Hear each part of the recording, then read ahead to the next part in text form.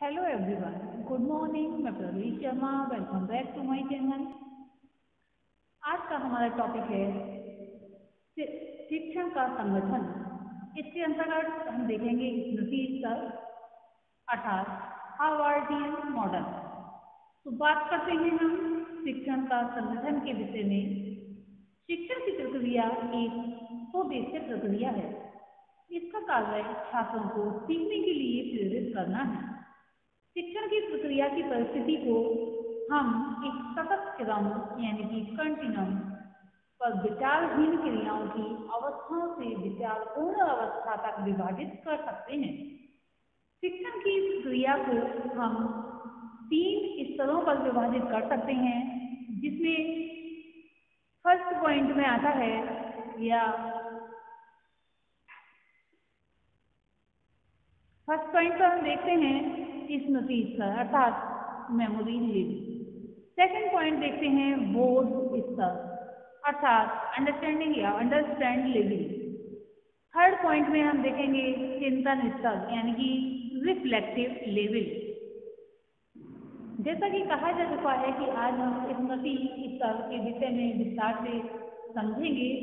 स्मृति स्तर के अंतर्गत हार्वर्ड का दिया हुआ मॉडल है, जिसे हार्वर्डियन मॉडल के नाम से जाना जाता है। इसके विषय में बात करते हैं। स्मृति एक मानसिक प्रक्रिया है जो प्रत्येक प्राणी में थोड़ी या ज्यादा पाई जाती है। जब हम किसी वस्तु को देखते हैं तो हमारे अचेतन मन यानी कि सबकॉन्शियस माइंड में उसकी छवि या अनुभव अंकित हो जाते हैं। इन्हीं संचित किए गए अनुभवों को आवश्यकता पड़ने पर हम प्रत्यास्मरण अर्थात रिकॉल द्वारा पुनः चेतना में लाकर पहचान लेते हैं, जो स्मृति कहलाती है। स्मृति स्तर के शिक्षण में विचारहीनता पाई जाती है। इस स्तर में कक्षा में ऐसी अधिगम परिस्थितियां विकसित की जाती हैं कि जिससे छात्र पढ़ी गई पाठ्य पुस्तक को सरलता से कंठस्थ कर सके। इस स्तर पर या लेवल पर प्रत्यास्मरण रिकॉल तथा रटने यानी कि क्रेविंग पर बल दिया जाता है। रटने का संबंध बुद्धि से नहीं होता। पिछड़ा बालक भी रट तो लेता है, लेकिन वह छात्रों में अवबोध यानी कि अंडरस्टैंडिंग विकसित नहीं करता। लेकिन ऐसा भी नहीं है कि इस स्तर का ज्ञान या फिर इस स्तर का समस्त ज्ञान अर्थहीन है। पहाड़े, गिनतियां, शब्द, व्याकरण, वर्तनी, इन सब का शिक्षण स्मृति स्तर पर ही किया जाता है। इस स्तर का अपना मूल्य है, अपना क्षेत्र है। इस स्तर का ज्ञान पाए बिना बोध एवं चिंतन स्तर से कार्य नहीं कर सकते। अतः ये स्तर अन्य विचारवान स्तरों के लिए आधारशिला प्रदान करता है। क्योंकि स्मृति स्तर पर तथ्य काफी रटे हुए होते हैं, अतः ये तथ्य काफी जल्दी भूल जाते हैं। इस स्तर पर सोचने या तर्क करने का कोई स्थान नहीं होता। स्टूडेंट्स निष्क्रिय तथा अध्यापक सक्रिय रहते हैं। कक्षा का जो एनवायरनमेंट है औपचारिक होता है तथा कुछ भी यांत्रिक ढंग से होता है। मेमोरी लेवल के शिक्षण या टीचिंग के प्रारूप को या मॉडल को और अधिक स्पष्ट करने के लिए हार्वर्ड ने स्मृति स्तर के शिक्षण का प्रतिमान प्रस्तुत किया है। तो इस विषय में देखते हैं इस स्तर के प्रतिमान को हार्वर्ड ने दिया है, हार्वर्डियन मॉडल। स्मृति स्तर के शिक्षण के प्रतिमान के प्रारूप का वर्णन 4 पक्षों, इसके जो पक्ष हैं वह 4 हैं। उद्देश्य, संरचना, सामाजिक प्रणाली एवं मूल्यांकन प्रणाली में किया है। तो इसमें सबसे पहले हम देखेंगे उद्देश्य।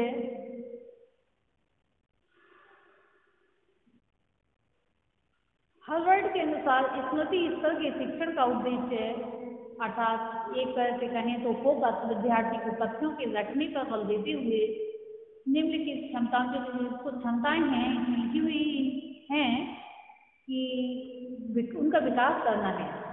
जैसे मानसिक पक्षों का प्रशिक्षण,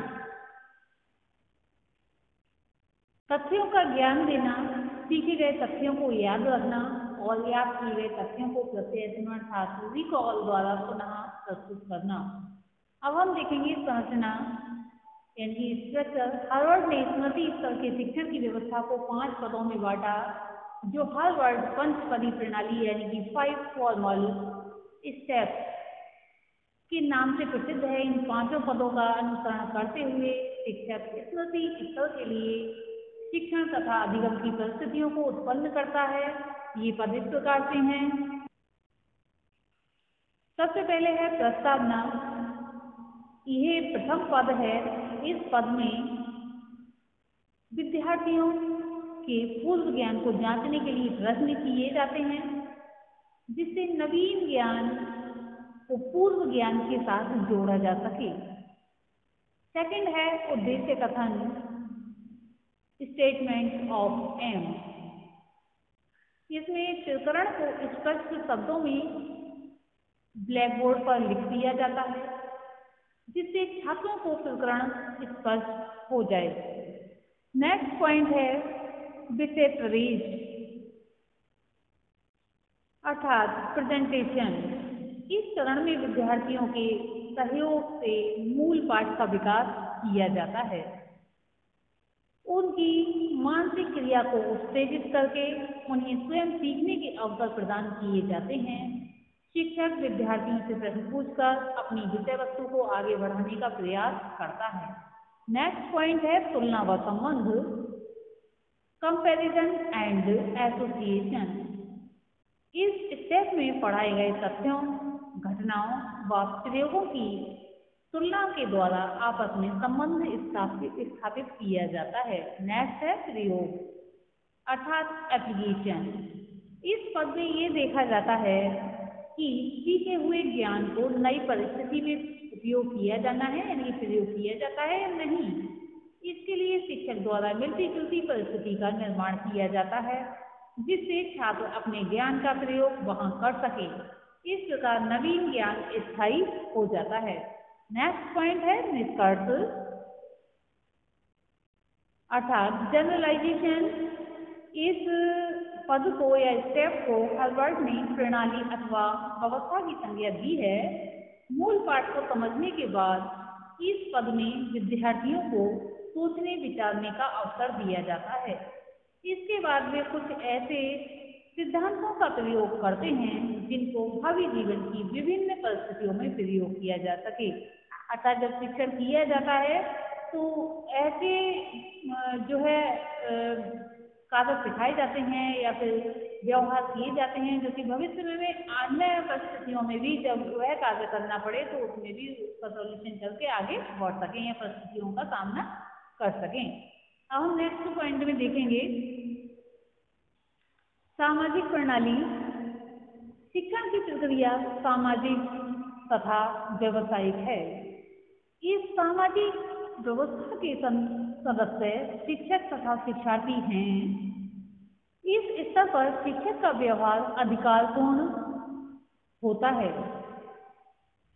वह स्वयं अधिक क्रियाशील होते हुए छात्रों के व्यवहार का नियंत्रण रखता है तथा शिक्षार्थी निष्क्रिय श्रोता होते हैं।